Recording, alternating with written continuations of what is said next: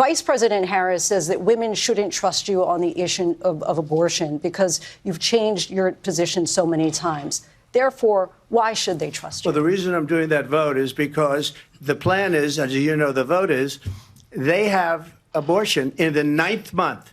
They even have, and you can look at the governor of West Virginia, the previous governor of West Virginia, not the current governor, who's doing an excellent job, but the governor before, he said the baby will be born and we will decide what to do with the baby. In other words, we'll execute the baby.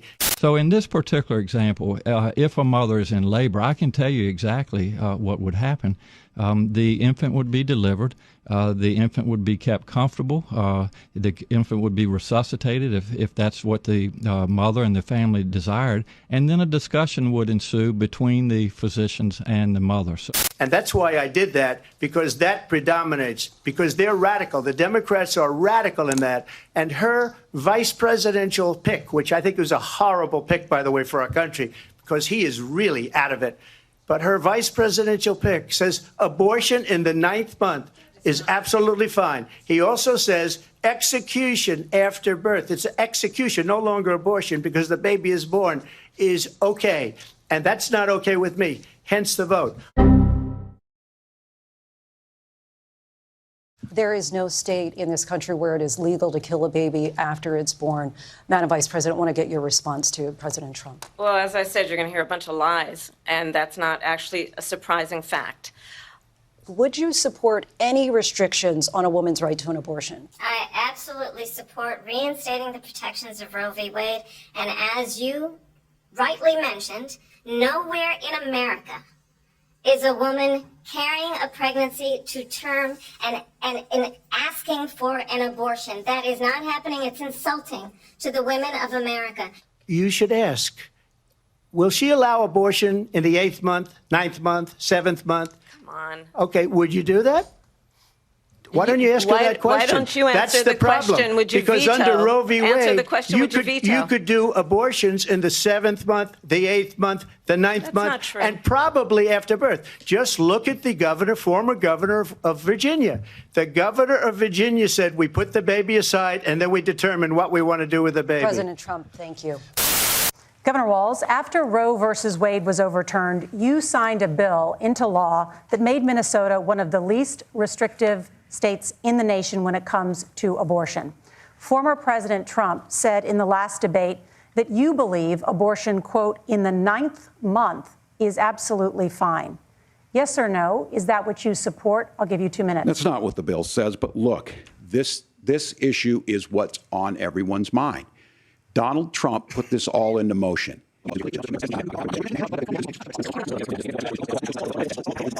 Governor, would you like to respond and also answer the question about restrictions? Yeah, well, the question got asked, and Donald Trump made the accusation that wasn't true about Minnesota. Well, let me tell you about this idea that there's diverse states.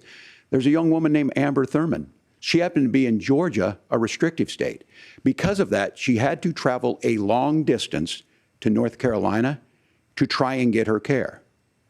Amber Thurman died in that journey back and forth. The fact of the matter is, how can we as a nation say that your life and your rights, as basic as the right to control your own body, is determined on geography? There's a very real chance, had Amber Thurman lived in Minnesota, she would be alive today. That's why the restoration of Roe versus Wade. When you listen to Vice President Harris talk about this subject and you hear me talk about it, you hear us talking exactly the same.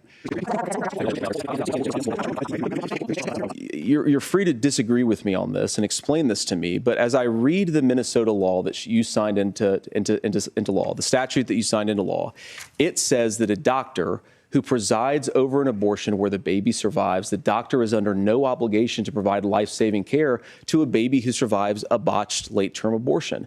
That is, I think, whether you're pro-choice or pro-abortion, that is fundamentally barbaric. And that's why I use that word, Nora, is because some of what we've seen, do you want to force Catholic hospitals to perform abortions against their will? Because Kamala Harris has supported suing Catholic nuns to violate their freedom of conscience. We can be a big and diverse country where we respect people's freedom of conscience and make the country more pro-baby and pro-family. But please. Yes, Governor, please respond. Look, this is one where there's always something there. This is a very simple proposition. These are women's decisions to make about their healthcare decisions, and the physicians who know best when they need to do this. Trying to distort the way a law is written to try and make a point, that's not it at all. What was I wrong about, Governor? Please tell me, what was I wrong about? That is not the way the law is written. Look, I've given this advice on a lot of things, that getting involved, that's been misread, and it was fact-checked at the last debate. But the point on this is there's a continuation of these guys to try and tell women or to get involved. I use this line on this, just mind your own business on this. Things worked best when Roe versus Wade was in place. When we do a restoration of Roe, that works best. That doesn't preclude us from increasing funding for children. It doesn't increase us from making sure that once that child's born, like in Minnesota, they get meals, they get early childhood education, they get health care.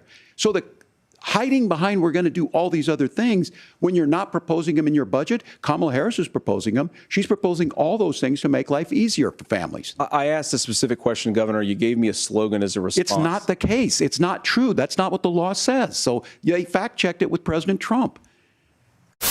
I want to talk about abortion, too, because this came up at the debate. It's been a winning argument for Democrats on many ballots, but I want to clarify what the law is there in Minnesota. Abortion Finder, a website that helps women find access, says abortion is legal throughout pregnancy in Minnesota. There is no ban or limit on abortion in Minnesota based on how far along in a pregnancy you are. You signed the bill that makes it legal through all 9 months. Is that a position you think Democrats should advocate for nationally? Look, the vice president and I have been clear. The restoration of Roe versus Wade is what we're asking for. But that law goes far beyond Roe v. Wade. To make her own choice.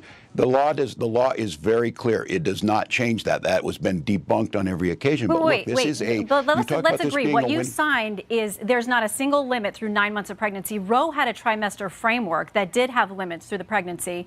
The Minnesota law does not have that. This puts the decision with the woman and her health care providers. The situation we have is when you don't have the ability of health care providers to provide that, that's where you end up with a situation like Amanda Zaworski in Texas, where they are afraid to do what's necessary. This doesn't change anything. It puts the decision back on to the woman, to the physicians, and we know that this is simply something to be brought up to be very clear. Donald Trump's asking for a nationwide abortion ban. Wait, he and has again, said that we don't see this he has as a said winning repeatedly campaign. that he will not sign a national abortion ban. Are you calling that just it's a flat out lie? Yes, of course. And Senator Vance has in the past said so too. Now look, they may see this as an election issue. We see it as a right of women to make their own bodily decisions. And that's what the states like my state have the ability to put that in. States like Georgia force women to cross the border, and then we have a death of Amber Thurman. So let's be very clear.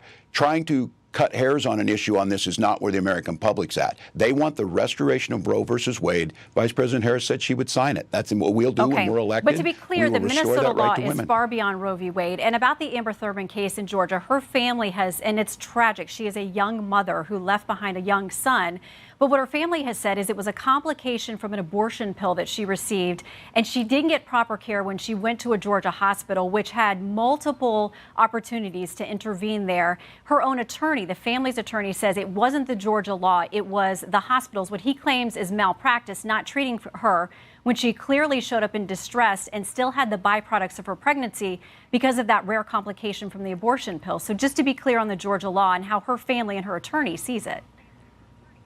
I think they also indicated that had she not go to North Carolina after the debate the other night, that she would have been in a better position. So look, these are the situations you're going to get into when you take this decision and put it in the hands of politicians like Donald Trump rather than women and their doctors. We trust women, we trust doctors, and we know the outcomes of that are better. Okay, let's clarify more changes that you signed in Minnesota as well.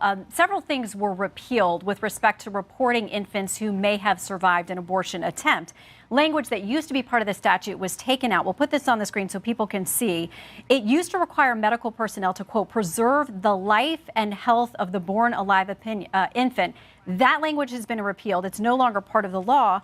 Also struck from the law was language about reporting infants that are born alive, what treatment they receive, and whether they live or die. Why was it important to you to get that protection out of the law?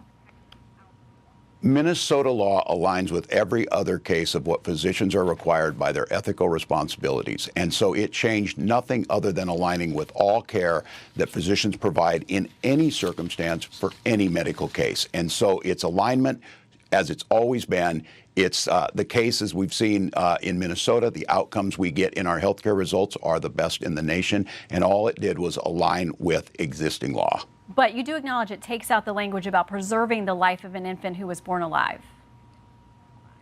Every doctor has an ethical responsibility to provide what they can in each situation. That is the way the law is written now. It's the same for any person who shows up. And again, this is a distraction from the real issue here is women being forced into miscarriages, women being forced to go back home, get sepsis, potentially die, like we saw in cases in Texas, and maternal mortality rates in Texas have skyrocketed off the charts because of this. This is bad policy. Vice President and I have been very clear on this. We will restore the rights of Roe versus Wade. We will make sure women have their health care decisions. We will not put people's lives at risk because of the geography of where they live. And it will go back to the way it was before Donald Trump gleefully said, we've got the best of both worlds here. Things are wonderful. The states are handling it. It's a beautiful thing. It's not a beautiful thing to see women dying. It's not a beautiful thing to put doctors at risk of being imprisoned. It is not. It is not to see any single woman suffer. And by the way, there's not a single state, no matter how pro-life or restrictive their laws are,